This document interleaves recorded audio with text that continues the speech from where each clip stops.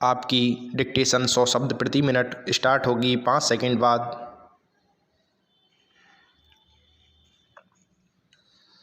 भारत में 1990 में नव उदारवादी आर्थिक व्यवस्था लागू होने के बाद भारत में भी बाजार का विकास विस्तार एवं आक्रामकता बढ़ी है। अब बाजार चलकर हमारे घर में पहुंच गया है। अब वह हमारी आकांक्षाओं और सपनों तक पहुंच गया है। मानो हम बाजार के बीच बने एक घर में रह रहे हैं। बाजार के वर्चुअल एवं डिजिटल प्रसार ने हमारी प्रत्यक्ष उपस्थिति एवं अनुपस्थिति को बेमानी कर दिया है। ऐसे में लगता है कि आज राजनीति भी बाजार के स्पेस में भी संभव हो रही है। इस बाजारवाद के आक्रामक विस्तार ने भारत में जनतंत्र की राजनीति के प्रारूप एवं अंतर्वस्तु में आमूलचूल परिवर्तन किया है। इसने जनतंत्र की राजनीति के संपन्न होने की प्रक्रिया को तो प्रभावित किया ही है, हमारी राजनीतिक एवं प्रशासकीय समझदारी, संवेदनशीलता एवं कार्य योजनाओं को भी प्रभावित किया है। भारतीय जनतंत्र की प्राण शक्ति जनतांत्रिक चुनाव है। भारत में लगातार चुनाव होते रहते हैं। अभी उत्तर प्रदेश, पंजाब, उत्तराखंड, गोवा एवं मणिपुर इन 5 राज्यों में चुनाव होने जा रहे हैं। ये चुनाव राजनीतिक दल, राजनेताओं एवं जनता के बीच सीधे संबंध से आकार लेते रहे हैं। 1990 के बाद इस चुनाव प्रक्रिया में मार्केटिंग, PR एवं कैंपेन प्लानिंग करने वाली कंपनियों ने प्रवेश करना प्रारंभ किया।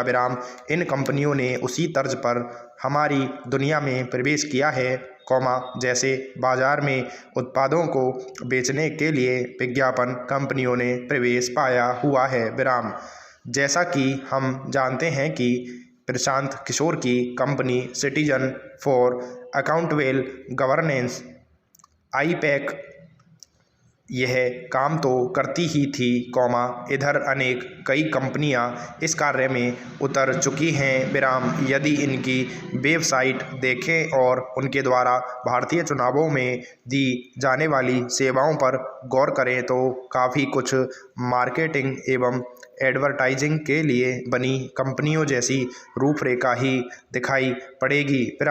जनता चुनाव के वक्त क्या सोचती है, इनका सर्वे, इन सर्वे के आधार पर कैंपेन की रणनीति, मुद्दे, नारे एवं प्रचार की प्लानिंग तो ये करते ही हैं, साथ ही साथ चुनाव के आकांक्षी इनके द्वारा किए जाने वाले नेताओं की लोकप्रियता, अलोकप्रियता के सर्वे के आधार पर ही किसे टिकट दिया जाए या न दिया जाए, इसका निर्णय भी आजकल राजनीतिक दल करने लगे हैं।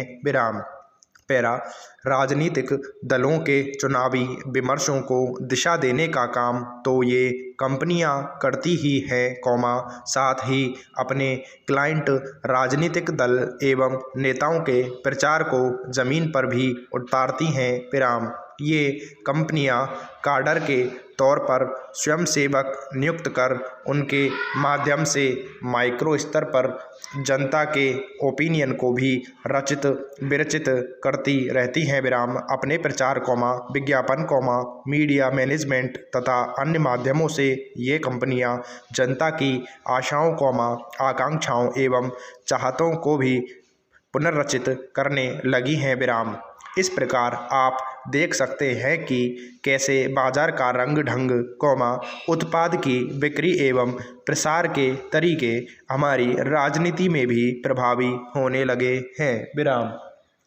डिजिटल कैंपेन की लगातार बढ़ती महत्ता ने राजनीति में बाजार के आक्रामक प्रवेश को और ज़्यादा संभव बनाया है। चुनाव मैनेजमेंट की ये कंपनियां अपने डिजिटल स्वयंसेवकों के माध्यम से भी राजनीतिक दलों के डिजिटल कैंपेन को भी संयोजित करती है। Image management, perception management, narrative set करना जैसी शब्दावली के इर्द गिर्द इन सब का कार्य व्यापार केंद्रित है विराम। पैरा अब नेता एवं राजनीतिक दल छवि उत्पाद के रूप में देखे जाने लगे हैं विराम। जनता एवं राजनीति के बीच ये छवि उत्पाद एवं प्रसार में लगी कंपनियां तीसरे पक्ष के रूप में शामिल हो गई हैं विराम। हिंदी के महत्वपूर्ण कवि धूमिल के शब्दों में कहें तो यह तीसरा पक्ष वैसा ही है जो न रोटी बोलता है न रोटी खाता है बस रोटी से खेलता है विराम। इस रोटी के खेल में ही बाजार हमारी जनतांत्रिक राजनीति की संस्कृति में खरामा शामिल होता जाता है विराम। इसी क्रम में वह जनता एवं राजनीति के संबंधों के स्वरूप को बदलता जाता है पूर्ण विराम।